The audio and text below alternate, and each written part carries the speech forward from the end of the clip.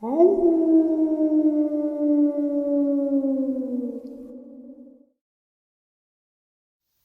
greetings and salutations, everyone. I hope everyone is still doing well, and welcome to today's midday bonus upload. Before we jump into it, a couple links. As many of you know, I rely on Patreon, PayPal, channel membership, and the merch to help the channel to continue to grow and go. Links to Patreon, PayPal, and channel membership is in the description below. Merch displayed directly under the video. Also, Dogman Frightening Encounters, Volume 1 through 3, the audiobook versions. They were written and researched by Tom Lyons, narrated and produced by me, Jeff Nadolny. Those audiobooks are available on Audible, Amazon, and iTunes, links to which are also in the description as well.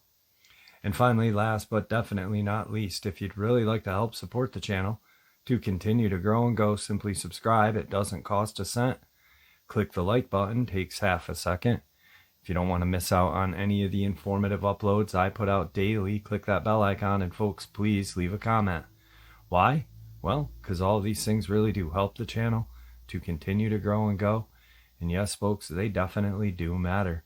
Now, everyone, I have taken far too much of your time. Let's jump in to today's midday bonus, shall we?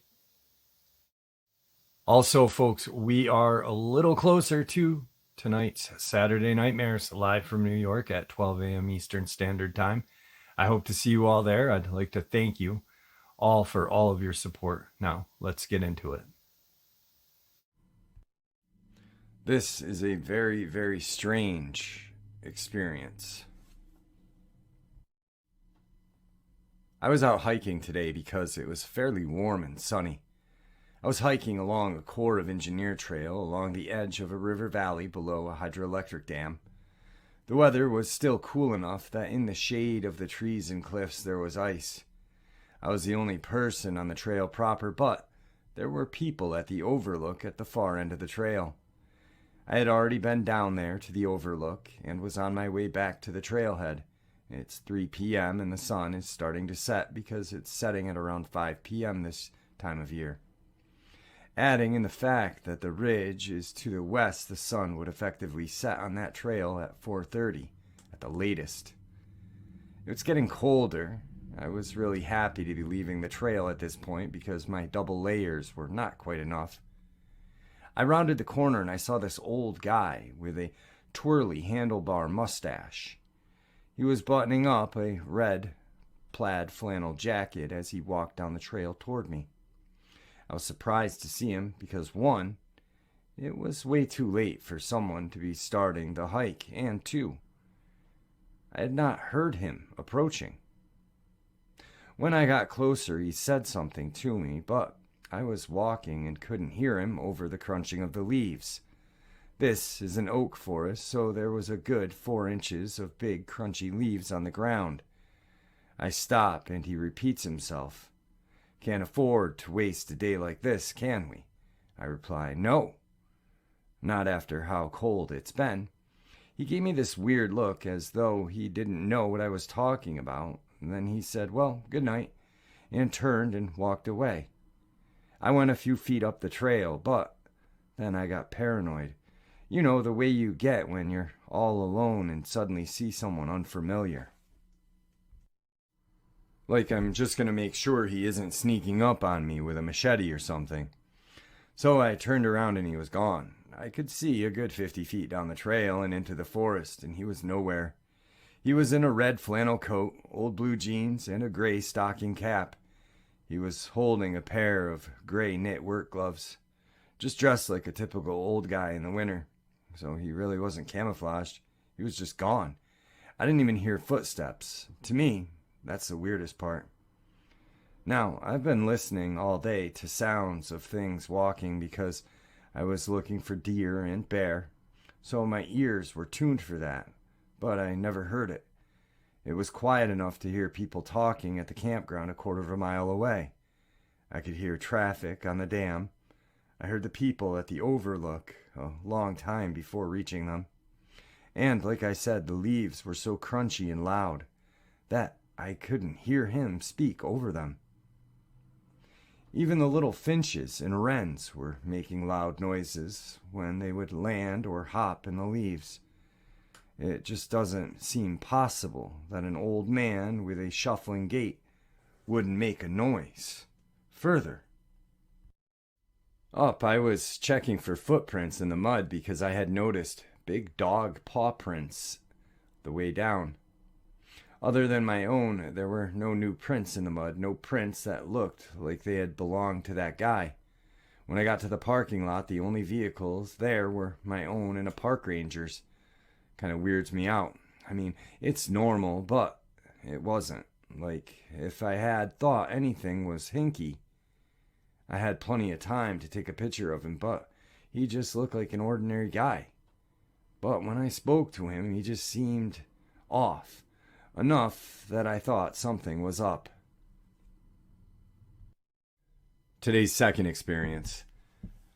I'm a 31-year-old female, but at the time of this, I was 24, and I'm changing names and location of this to protect the people and homeowners' privacy.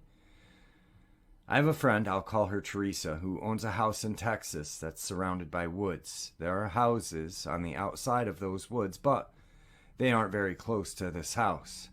She's lived there with her husband and 3 children for about 5 years and never once had any issues. Her husband worked out of town a lot, and when the kids were at school, she'd be alone most of the day since she was a stay-home mom. The house sat on 10 acres or so. It had a small pond and a creek that ran all the way through to the center of the woods. When they first moved in, her and I used to walk around through the woods and around the creek, talking and enjoying nature. It was always beautiful and relaxing, so we actually did it a lot, until there really wasn't much more to explore. After a while, she rescued a dog, a beautiful 1-year-old boxer named Allie. Allie was shy at first, but she warmed up to Teresa and the kids, who were 9, 10, and 18. Allie became protective of her family. She knew who was friendly and who was a stranger. She didn't really bark at animals, but there were times other random dogs would show up, and she asserted her dominance, letting them know that this was her territory. She never attacked or seemed aggressive toward me or anyone, really. You could usually find her in the garage on her bed. She didn't like going inside much and enjoyed rolling around in the grass when the sun was out. They had asked me to the house to sit for them for a few days since they had wanted to take the kids on vacation for the summer to a water park about 6 hours away. Of course, I said yeah.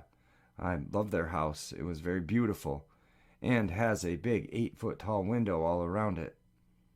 I asked if I could have someone stay with me. I hate being alone anywhere. They didn't mind. I asked my boyfriend and sister if they agreed. The day came, a Saturday. My boyfriend and I loaded our bags and headed to Teresa's house. We had made plans to hang out and fish by the pond. We would take advantage and use their 4-wheelers and ride around the woods. Teresa's husband and a few of his friends made mud holes and hills in the small area, so we definitely would be getting dirty. I'm a country girl, so fishing and riding through mud is my kind of fun. We arrived as they were loading up their truck, kids running around getting excited and ready to go. I saw Allie sitting in the garage and asked if she would be staying. Teresa said yeah, that Allie tends to get car sick, so taking her would not be a good idea. I don't mind and go over and pet Allie and play with her. My boyfriend talks with the husband for a bit about using the 4-wheeler, do's and don'ts, instructions for feeding Allie, etc. Then we say our goodbyes and they head off down the road. My sister would show up the next day since she had to work that night and couldn't make it. The rest of the day went by smoothly. We enjoyed fishing for a while, drinking a few beers and chatting. Allie joined us and would jump after the lure when we would cast it out and eventually just laid on the ground next to me and fell asleep. At one point, I noticed her poke her head up, staring off in the distance. She didn't make a sound. The pond is to the left of the house, but somewhat in front, while the opening of the creek is even further left. Leading into the woods, this is where she was looking. At this point, it's starting to get dark outside, and I couldn't really see what she was looking at. About a half an hour later, we decided it's time to go inside, so we cleaned up the fishing poles and picked up our tackle boxes, loading them into the truck. I heard a rustling in the woods next to us, and I jumped. There are lots of deer out here, so I figured it was one that was near, and we startled it when we were moving around. We head back to the house with our gear. Allie had already run back on her own. The room we stayed in had its own bathroom. It was huge. Windows all the way around. The shower was amazing. Had a jacuzzi tub and 2 walk-in closets. Since there were no other houses around, I immediately undressed without worrying and climbed into the shower. My boyfriend was cooking in the kitchen, and I could smell it all the way to the bathroom. It smelled amazing. I didn't realize how hungry I was. I hurried and finished up, climbing out and grabbing a towel to dry off. As I dried off, I thought I heard a growl near one of the windows. I looked up in each window, but I couldn't see anything, so I walked a little closer, but all I could see was my reflection. I heard it again. It kind of freaked me out, but then I remembered Allie. Thinking it was her, I rushed and got dressed and ran to the kitchen. I told my boyfriend about it, but he brushed it off as Allie being the one that was growling at a rodent or something. We ate, watched a movie, and decided to head to bed, as it was already midnight and we wanted an early start the next day. I fell asleep rather quickly, which isn't the norm for me at all, but was awoken by the sound that scared the hell out of me. It was around 2 in the morning at this point. I heard the growling again, but this time it was deeper, more menacing than before. I slowly reached over to try and wake my boyfriend, but he would not wake up. I lied there listening, and I could hear something walking outside of this room. I had the blinds so I couldn't see anything. I got up and walked over to the window, still hearing the footsteps, but it didn't sound like Allie. It was far bigger. I peeked out of the blind, and I could faintly make out a figure in the shape of a dog or something similar. This was not Allie. Allie is white and tan, so I would have been able to see at least the white part of her. This was dark. Scared, I ran back to the bed and laid there until I fell back to sleep. The next day, I told my boyfriend about what had happened, and he laughed it off, saying it must have been dreaming. I couldn't help it, and argued back. He needed to take me serious, stop making fun of me for being scared. He ended up getting pissed at me for arguing with him about to go on a ride on the four-wheeler, even though I begged him not to, because there was something in there. A few hours later, he returns, and we have lunch, and then we go to the game room and play a game of pool. I told him I wanted to go for a ride, but he insisted that I stay inside. Annoyed, I told him I was going to go play with Allie. I go out and feed her, waiting patiently for her to finish eating. Sitting there, having a smoke, looking out at the land, and seeing something moving in the trees. I'm staring intently, trying my hardest to make out the shape, but it's too far away. Just then Allie perks up and looks in the direction, staring, and begins growling. Knowing how she is and seeing her hair stand up, I slowly stand, watching her, and start walking toward the door. She growled louder as I ran inside, calling for my boyfriend, telling him to come outside quick. When we get outside, Allie has run toward the creature at this point, and I start yelling for her to come back. Once we get to the end of the driveway, we can hear Allie barking like crazy, looking in the direction the barking is coming. We can see this creepy-looking thing stand a few feet away from Allie. It's too far away to make out any details, but we can tell it's hairless.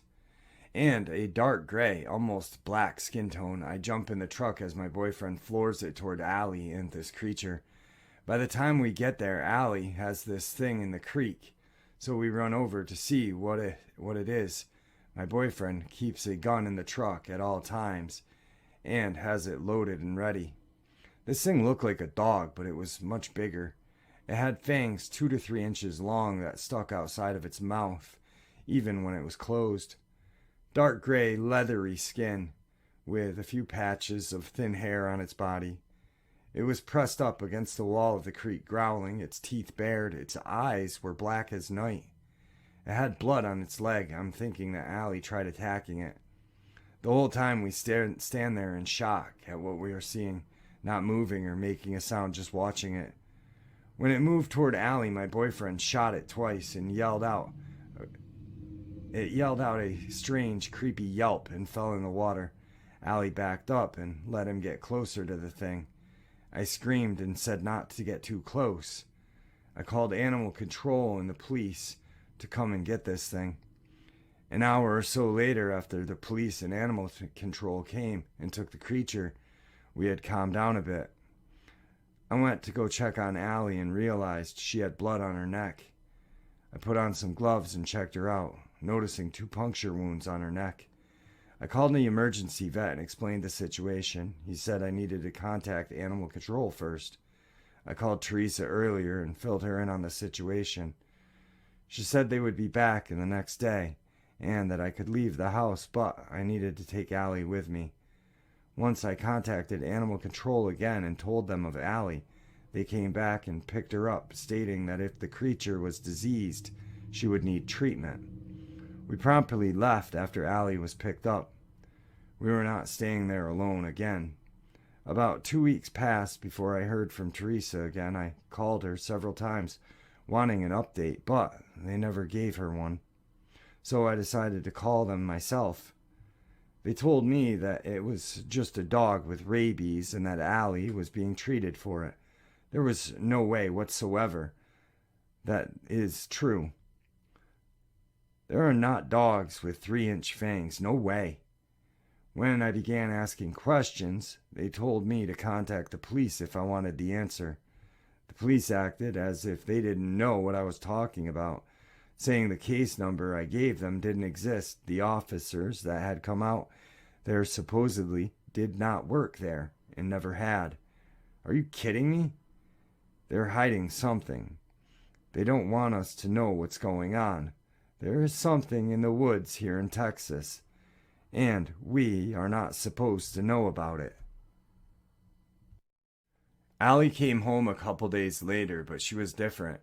She was more aggressive, growling at Teresa and the kids. They all became afraid of her until one day they, too, had to call animal control. Allie had to be put down that night. She had bitten the animal control officer when he stepped out of his truck. Something happened to her, and no one will tell us what actually is going on here. I had taken a picture of it, but it's been so long that I no longer have it. Be careful in the woods. You never know what you'll find, or what will find you.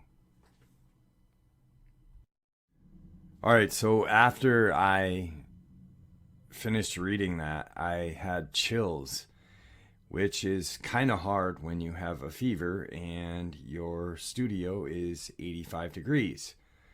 But where this encounter took place or experience took place was in Texas. I don't know where in Texas, but thinking back, the attack or the bite marks that were talked about that this strange creature, canine-like creature had, reminded me of Christopher Whiteley from Lipin, Texas. He was found dead and pretty torn up, pretty bad. The sheriff's department said mountain lion attack. DNR came out, said this wasn't a mountain lion. And when I contacted Lipin County Sheriff's Department, the deputy that I spoke to said that, I said, well, if this wasn't a wild animal attack, then what was it? And he said, you're going to have to talk to the investigator on this case. And I left a message and I never got a call back. So just kind of more proof that they know what's going on and they want to keep it secret from us. Today's third experience. I've always had a weird sleep schedule, and when I was 15 and 16, it was very common for me to be up at 2 in the morning and later in the summer. One night at around 3 in the morning, I decided to go outside into the backyard to get some fresh air, since it was a pretty warm night. At the time, I lived in the suburbs of southern Tennessee, in a pretty run-down neighborhood. The house next to ours had been abandoned for a couple years, and I always joked that it was cursed because 3 separate people had bought it, moved in, and then sold it, moved away again, all within a span of maybe 5 years before this. At this time, the house was unoccupied, and had been for some time. While I was outside, I started to listen to some music on my MP3 player with my headphones on. After a while, I started to hear this growling/snorting sound. That wasn't super loud, but still managed to get past my headphones and music. After pausing the music and listening for a moment, I realized it was coming from behind me, where the abandoned house was. It sounded like something pretty big was making the noise, and I figured maybe a large stray dog had gotten into the neighbor's yard, somehow. Since the yard and mine were separated by a tall, sturdy fence, I just ignored it and went back to my music. The noises continued periodically, and finally, after a while, I decided to just go over to the fence and find out what was making the noise. As I approached the fence, I heard this rustling sound on the other side, like something was moving in the tall grass. Figuring now that it was most definitely a stray dog, I leaned in close to the fence and looked through one of the cracks in the boards. A pair of huge yellow eyes were staring directly back at me, at eye level with me. I kind of stood there frozen like an idiot for a few seconds, and then I heard a growling noise again, and this time it was inches from my face, and that snapped me out of it. I turned and ran back to my house, locked the doors, and failed to sleep that night. The next day I looked through the fence again to see if there was any logical explanation. Maybe it had been a dog standing on a table or a stack of boxes for some reason. But the yard is totally bare. No boxes, no patio furniture, nothing. Whatever had looked at me was actually as tall as I was. I moved away years ago and have never been back, so I have no idea if that house is empty or not, or how the neighborhood is doing now. But for the rest of the time that I lived there, I deliberately ignored any of the weirdness from the other side of that fence. Today's fourth experience. So my experience is probably a bit different because we were on a boat driving up the coast. Basically, I had decided to go on a trip with a few of my friends to explore and fish, etc. We have a little inflatable dinghy and the camping gear with us to camp on the shore at night as well. There's endless inlets and channels you can go into, and it's just generally an endless amount of nature. We're on our second day of the trip, cruising along. The sun was reflecting in my eyes off of the water, so I couldn't really see well. Suddenly, I see a big log in front of us. I probably overreacted and pulled the throttle back real hard and accidentally put it in reverse. We're going at a decent speed, so definitely not great for the boat. Boat stops before the log, everyone falls, the whole deal. So I avoid hitting the log, but there's this huge slam from the inboard, and the engine goes dead. We're dead in the water, floating, maybe 100 feet off the shore. I'm trying to figure out what's just happened to the engine while my 2 buddies are using wooden paddles to keep us from floating too far from land. We had a radio and everything, but obviously the last thing we wanted was to send a call for help before we tried our other options first. There we are, floating along trying to figure out what's going to happen, what's wrong with the engine. Gas line had fallen off, possibly. This is where things start to get weird. I'm trying to reattach the gas line, and one of my buddies is like, "Hey, there's someone on the shore." This is immediately weird because we are very far from any land access or roads or anything like that. I look up and there's a person standing on some rocks watching us. They're about ankle deep in the water, just staring at us. Nobody says anything, and we all just stare back. I'd say we're about 75 feet away, but at an angle. The current is bringing us parallel to them. As I'm looking at this person, I start to realize that it's a kid, like maybe 7 to 8 years old, maybe 10 if that. Blonde hair, real dirty looking. Then I see it, like this weird little trailer in the tree line, like an old tent trailer or something that you would tow behind a car, but it's up in the trees, kind of tipped on an angle and wedged between the two trees. I've absolutely no explanation of how it got there. It was like it had dropped from the sky. There's someone sitting in the chair of some kind next to it, but they are very hard to see because of the shadows from the tree line. My buddy yells hello and waves, and nobody moves. We continue to float a bit further away down the coast. So this is creepy, and I'm starting to feel anxious, so I go back to trying to reattach the gas line. Ended up basically doing a handstand in the engine compartment while my friend held my legs, but I got it back on. After a few tries, the boat starts back up and everything's good. At this point, we are all pretty fixated on this kid and the person with this mystery trailer that's sitting in the forest. So we drive back over to see what's going on. Nobody has moved. The kid's still staring and the other person is sitting in the chair. We pull up maybe 25 feet from shore.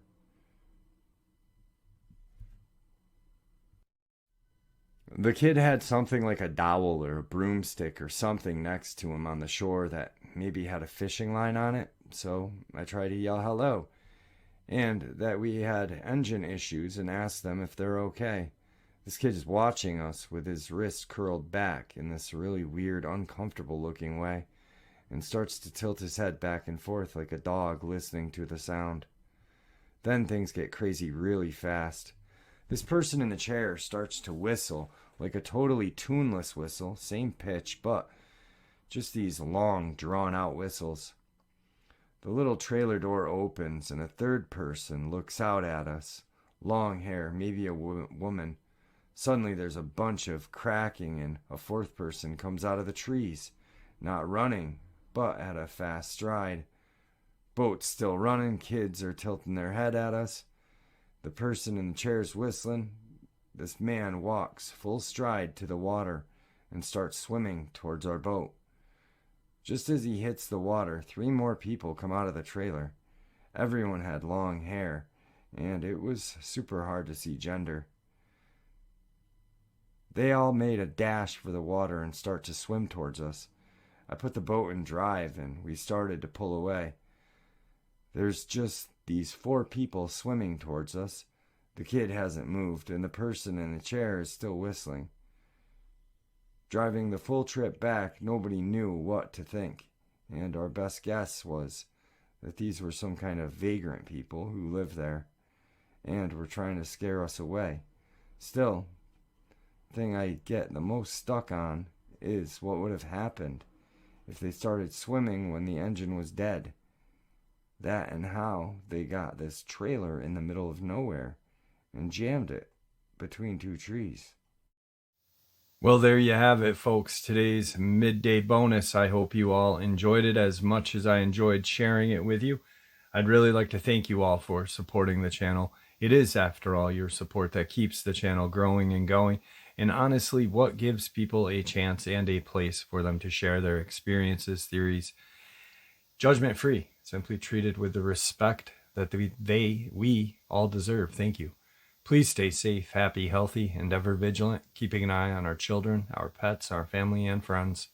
These creatures are real, they are out there and dangerous. Share this information with the people you love and care about, and it may just help save their lives someday. Until next time, never stop asking questions, never stop searching for answers, and God bless.